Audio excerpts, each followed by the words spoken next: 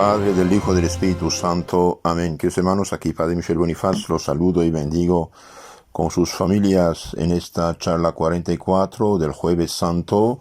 Nos apoyamos en el librito de Santo Tomás de Aquino, Meditaciones para la Cuaresma, Semana Santa y tiempo de Pascua. Hoy Jueves Santo, la Cena del Señor. Y Santo Tomás dice: convenientemente fue instituido en la cena el sacramento del cuerpo del Señor por tres razones. Uno, por razón del contenido de ese sacramento. Dos, porque sin la fe en la pasión nunca pudo existir salvación. Y tres, porque las cosas que dicen los amigos al separarse para siempre se graban más en la memoria. Veamos un poco la explicación de Santo Tomás de Aquino en su libro llamado De Humanitate Christi. Este texto está sacado del libro llamado De la Humanidad de Cristo. Entonces, la Santa Cena, la última cena, ¿qué es concretamente? No es una cena profana, superficial, común, es la comida sagrada del Antiguo Testamento del Cordero, de la liberación de Egipto, cuando Dios nuestro Señor mandó a Moisés a libertar al pueblo hebreo de la servidumbre de Egipto. Mandó varios castigos contra los egipcios, especialmente el faraón, que no hacía caso, y finalmente el último castigo fue la muerte de todos los primogénitos de los egipcios. Pero en las casas de los hebreos había una señal en forma de tau, de T, en forma de cruz,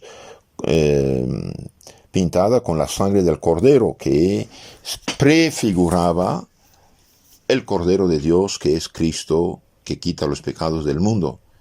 Entonces, desde unos 1250 años antes de Cristo hasta el tiempo de Cristo, el año 33 de la era cristiana de Cristo, los hebreos se juntaban, todas las familias, para comer el cordero. Y especialmente en Jerusalén, iban a comprar un cordero, lo llevaban al templo, los sacerdotes lo sacrificaban y después entregaban una parte de la carne de este cordero a la familia y otra parte quedaba en el templo para la comida de los huérfanos, viudas y sacerdotes. Entonces nuestro Señor en la última cena, el Jueves Santo, va a comer una comida sagrada, va a hacer un rito religioso.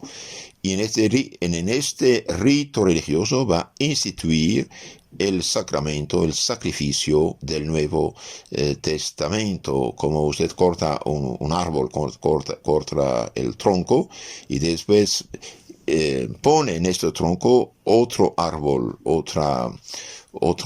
que va del tronco sacar su vida, podemos decir, crecer y dar otra fruta. Entonces el Nuevo Testamento viene del Antiguo Testamento. El Cordero de Dios que comían los judíos era figura del Cordero de Dios, que es la Sagrada Comunión y que es la Santa Misa. Entonces dice, fue conveniente la institución del sacramento del cuerpo de Cristo en la última cena. Primera razón, dice Santo Tomás, por razón del contenido de ese sacramento, pues en él se contiene el mismo Cristo. Antes de separarse de los discípulos en su forma propia, se queda con ellos bajo la forma sacramental, como en la ausencia de un emperador se presenta su imagen. Por eso dice San Eusebio, cómo debía quitar de los ojos corporales el cuerpo que había tomado por la encarnación y llevarlo a los cielos, era necesario que el día de la cena consagrase para nosotros el sacramento de su cuerpo y sangre, para que se pudiese honrar perpetuamente por misterio lo que una sola vez se ofrecía como precio de nuestro rescate. Veamos un poco más a fondo, eso es muy interesante. Entonces, en este sacramento, la hostia consagrada se contiene el mismo Cristo. Al separarse de los discípulos en su forma propia, se queda con ellos bajo la forma sacramental, como cuando el emperador o el rey del presidente está ausente. Bien, tenemos ahí su foto, su imagen. Entonces nuestro Señor quiso quedar entre nosotros, consolarnos, alimentarnos, protegernos, estar con nosotros bajo la forma del sacramento. Antes de la misa hay pan y vino. En la misa, con el poder que Cristo ha dado a los sacerdotes, cuando dijo, hagan eso en memoria mía, dijo los apóstoles, y los apóstoles entregaron ese poder a sus sucesores. Y bien, en la misa, el pan y el vino antes de la consagración es pan y vino. Pan de trigo, vino de uva, no puede ser otra cosa. Y bien, después de la consagración, en el momento de la consagración y después de la consagración, este pan y este vino va a ser cuerpo, sangre, alma y divinidad de Cristo nuestro Señor bajo las apariencias del pan y del vino. Por eso, si un tiempo hubo, suponiendo que hubo tiempo que daban la comunión en la mano, en tiempo de mucho fervor y mucha fe, bien, cuando hubo ya sacrilegios y robos de hostias y abusos, por el Espíritu Santo la Iglesia decidió de darlo de rodilla en la boca, debajo de la boca una patena, por respeto a nuestro Señor Jesucristo. Unos modernistas, discípulos de los protestantes, esos son los modernistas en el catolicismo, son protestantes disfrazados, son discípulos de los protestantes que quieren ser protestantes, manteniéndose católicos para destruir mejor la iglesia. Y bien, en Holanda, en Bélgica, países ultra progresistas, en sentido negativo de esta progresión a la apostasía. De hecho, bien, introdujeron la comunión en la mano a pesar del Papa Pablo VI. Y el Papa Pablo VI, para evitar un cisma, una separación, bien, les dio un indulto, un permiso local. Y este permiso local se impuso como regla actualmente en muchos lugares, como si fuera normal y católico. No, los católicos creemos que el pan y el vino consagrado es cuerpo, sangre, alma, divinidad de Cristo nuestro Señor. Santo Tomás dice, este sacramento, el pan consagrado, la hostia consagrada, en él se contiene el mismo Cristo. Antes de separarse de los discípulos en su forma propia, se queda con ellos bajo la forma sacramental. Y bien, si es Cristo, tenemos que respetarlo como Cristo para que podamos también honrarlo perpetuamente. Porque Él se ofreció por nuestros pecados. Tenemos que tener respeto a nuestro Señor Jesucristo. Varias conferencias episcopales en este tiempo de la peste del coronavirus, en marzo-abril 2020, pidieron que se diera la comunión en la mano. Y bien, yo pregunté a un obispo, me dijo no hay ninguna diferencia. Al contrario, dar en la boca todavía es más seguro de un lado. De otro lado, un obispo americano hizo un estudio sobre el tema, pidió a doctores, a gente médica, qué peligro había de dar la comunión en la boca. Le dijeron que era mejor en la boca que en la mano. Había menos contagión, si contagión hay. Entonces, los que quieren dar la comunión en la mano hacen mal. Cuando un sacerdote, un obispo, sacerdotes van a sentarse como flojos ahí y piden a unas pobres mujeres dar la comunión, están jugando con algo, con el más sagrado que tiene la Iglesia Católica. Esto va a acabar muy mal, Cuando dan la comunión en la mano, bien, ¿qué pasa? ¿Qué pasa con las partículas que quedan en la mano? Van por el suelo, se aplastan. Esto es gravísimo error y gravísima falta de respeto hacia nuestro Señor. Entonces, dice Santo Tomás, se instituyó la Eucaristía, el sacramento del cuerpo de Cristo, en la última cena, por razón de ese contenido, porque en él está realmente el mismo Cristo bajo la forma sacramental. Segunda razón, porque sin la fe en la pasión nunca pudo existir salvación. Por lo tanto, fue necesario que en todo tiempo existiese entre los hombres algo que representase la pasión del Señor, cuya principal figura es el testamento antiguo cuya figura en el Testamento antiguo fue el Cordero Pascual. Repito, es muy, muy importante esto. Nuestro Señor instituyó la Eucaristía en la última cena, donde se sacrificaba el Cordero. Porque sin la fe en la pasión, muerte y crucifixión de Cristo, nunca pudo existir salvación. Todos los que se han salvado en el Antiguo Testamento, como Abraham, Isaac, Jacob, los santos patriarcas y santos profetas, se han salvado porque tenían fe en el Mesías futuro, en el Cristo venidero que iba a dar su vida por ellos. Por lo tanto, fue necesario que en todo tiempo existiese entre los hombres algo que representase la pasión del Señor, cuya principal figura en el Testamento antiguo fue el Cordero Pascual. Entonces, el Cordero Pascual que sacrificaban, comían los judíos, era figura del Nuevo Testamento, del Cordero de Dios, que es Cristo, que va a ser crucificado. En el Testamento Nuevo reemplazó al Cordero Pascual el sacramento de la Eucaristía. Entonces, lo que reemplaza los sacrificios de corderos, animales del Antiguo Testamento es la misa, es el sacramento de la Eucaristía, que es un memorial de la pasión del Señor, realizada en el pasado, como aquel fue figura de la pasión futura. Fue, por lo tanto, conveniente que en la víspera de la pasión, celebrado el anterior sacramento, se instituyese el nuevo.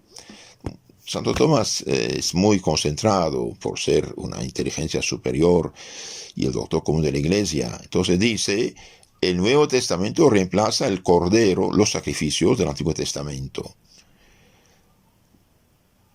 La Eucaristía es un memorial de la pasión del Señor realizada en el pasado, como el Cordero fue figura de la pasión futura. Entonces los judíos comían, sacrificaban los corderos, que era figura de la pasión futura.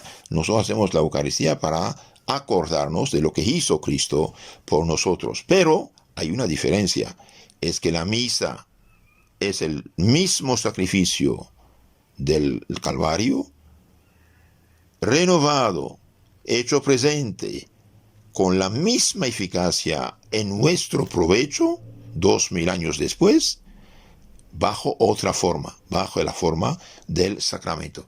¿Quién de nosotros estuvo presente el Viernes Santo del año 33 delante de la cruz? Ninguno había nacido. Pero Dios, pensando en nosotros, instituyó ese sacramento en nuestro provecho, porque cada vez que ofrecemos como sacerdotes o fieles, escuchamos, asistimos a misa, es como si estuviéramos presentes delante de la cruz de Cristo, el Viernes Santo, y recibimos las bendiciones, la salvación de Cristo. Por eso hacer de la misa un banquete, una fiesta donde hay aplauso, grito, guitarra, algo antropocéntrico, el hombre en el centro, un show, como decía el Papa Benedicto, es un error fatal. Esto es imitación de la herejía protestante, que no cree en la misa, que para él es un mero hecho histórico pasado, sin ninguna eficacia presente, y eso es totalmente falso. Por eso les aconsejo a todos de leer, meditar el libro maravilloso que se llama El Tesoro Escondido de la Santa Misa de San Leonardo de Puerto Mauricio. Y también otro libro maravilloso del padre Martín de Cochem, Explicaciones de la Santa Misa. Entonces Santo Tomás dice que en el sacramento está contenido el mismo Cristo, y que sin la fe en la pasión de Cristo nunca pudo existir salvación. Y bien, cuando celebramos misa o escuchamos misa, y bien, por la fe adherimos a Cristo, muerto por nuestros pecados como Salvador nuestro. Y en el Antiguo Testamento había los sacrificios de los corderos, que eran figura del sacrificio futuro, y la misa es representación real y verdadera, eficaz, de lo que pasó el Viernes Santo. Por lo tanto, dice Santo Tomás, fue conveniente que en la víspera de la pasión y celebrado el Nuevo Testamento, el Nuevo Sacramento sustituya el antiguo. Es decir, el Cordero de Dios del Antiguo Testamento se acaba, el Cordero real que quita los pecados del mundo es Cristo. Tercera razón, Porque las cosas que dicen los amigos al separarse para siempre se graban más en la memoria, principalmente porque entonces se inflama más el amor a los amigos. Y las cosas que más impresionan se graban más profundamente en el alma. Ahora bien, porque entre los sacrificios nada puede ser mayor que el cuerpo y la sangre de Cristo, ni más poderoso que esta oblación. Por eso, para que fuese tenida en mayor veneración, el Señor instituyó este sacramento la víspera de separarse de sus discípulos. Este mismo es lo que dice Santo Agustín: el Salvador, a fin de recomendar más intensamente la grandeza de aquel misterio, quiso fijarlo el último en los corazones y en la memoria de los discípulos, de los cuales había de separarse por su pasión. Pero debe advertirse que ese sacramento tiene una triple significación. Respecto al pasado, esto es, en cuanto es conmemorativo de la pasión del Señor, que fue un verdadero sacrificio, y por eso se llama sacrificio. 2. Respecto a la realidad presente, esto es, a la unidad de la Iglesia, y para que los hombres se unan estrechamente por ese sacramento, y por esto se llama comunión. Dice San Juan Crisóstomo que se llama comunión porque por él comunicamos con Cristo, participamos de su carne y divinidad, y por él nos comunicamos y unimos recíprocamente. Entonces, la comunión unifica a todos los discípulos de Cristo. Por eso la herejía, el cisma, fundar iglesias, es un pecado excepcionalmente grave que atrae la maldición de Dios sobre sus autores. Respecto a la realidad presente, dice Santo Tomás, esto es, a la unidad de la iglesia, y porque para que los hombres se unan estrechamente por ese sacramento. Por eso no se puede dar la comunión, por ejemplo, a un protestante, a un separado cismático que no es católico. Y por esta razón se llama comunión. Participamos de su cuerpo y de su divinidad, y por él nos comunicamos y unimos recíprocamente. Por eso hacer disque iglesias en frente de la iglesia verdadera es un pecado mortal de primera categoría. Si alguien os anuncia un evangelio distinto, diferente del que habéis recibido, maldito sea, dice San Pablo. Y finalmente, respecto al futuro, por cuanto es prefigurativo del goce de Dios, que tendrá lugar en la patria celestial, y por eso se llama viático, pues nos ofrece el medio de llegar allá. Bajo este aspecto se llama a sí mismo Eucaristía, esto es buena gracia, pues la gracia de Dios es vida perdurable, Romanos 6:23, y porque contiene realmente a Cristo, que está lleno de gracia. También se llama en griego metalipsis, es decir, asunción, porque por él tomamos la divinidad del Hijo de Dios. Entonces, Santo Tomás dice cosas muy profundas en pocas palabras. Hablando de ese sacramento, dice, tiene triple significación.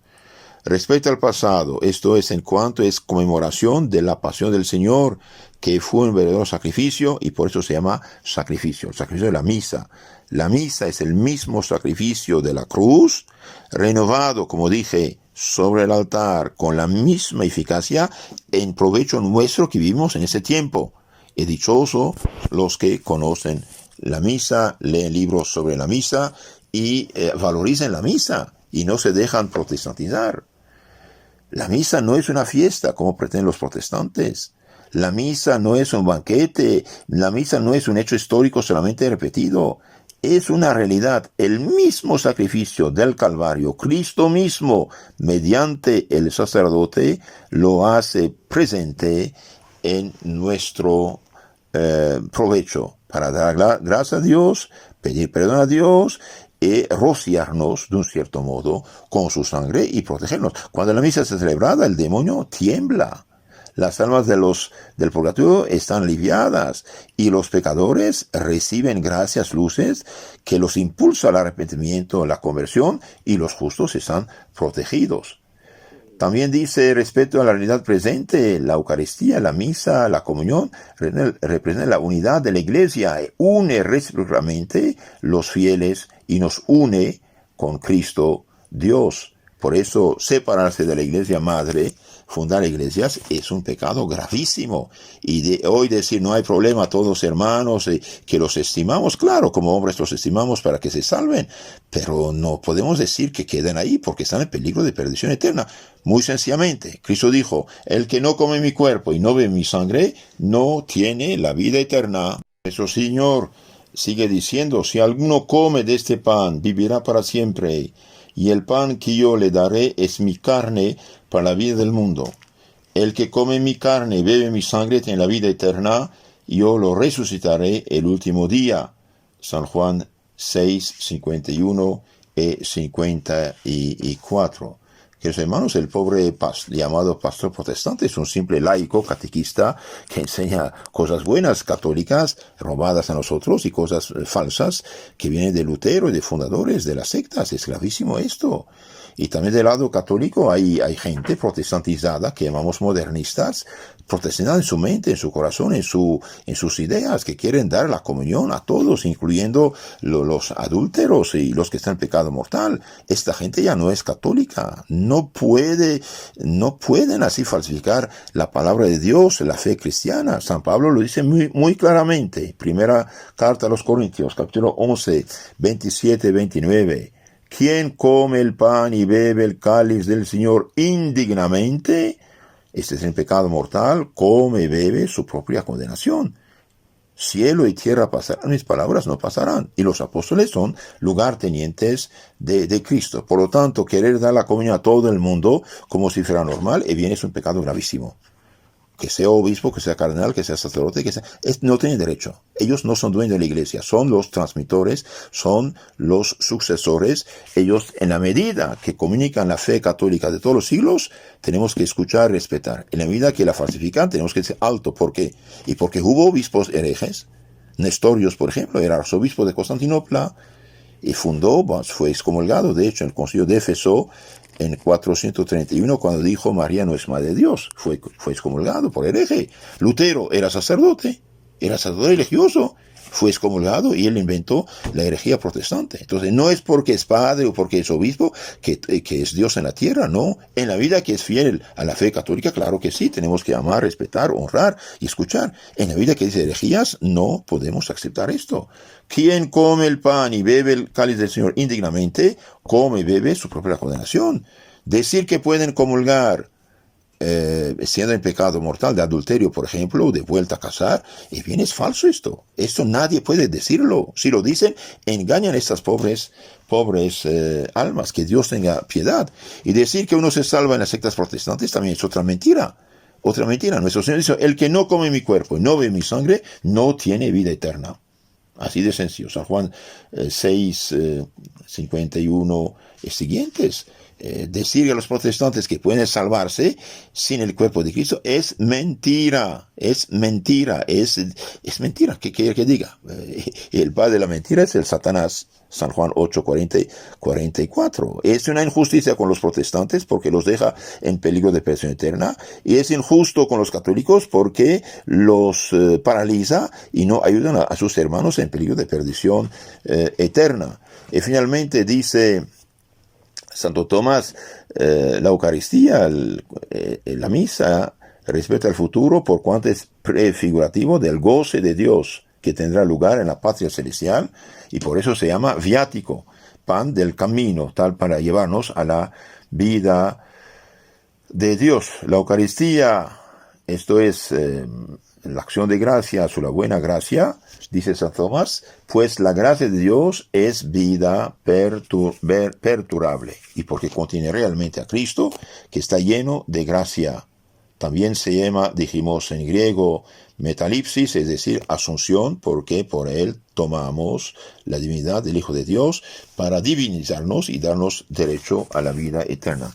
Queridos hermanos, en este año 2020, por desgracia, Jueves Santo, muchísima gente en muchos países no pudo asistir a los santos oficios debido a esta peste del coronavirus. Que Dios tenga piedad, hagan la comunión espiritual, es decir, póngase de rodillas diciendo: Señor Jesús, yo creo en tu presencia real, sacramental, en la Divina Eucaristía, quisiera recibirte, Señor, ven en mi corazón, te adoro y creo en ti, ven salvarme, ven salvarme, yo tengo fe en tu presencia real.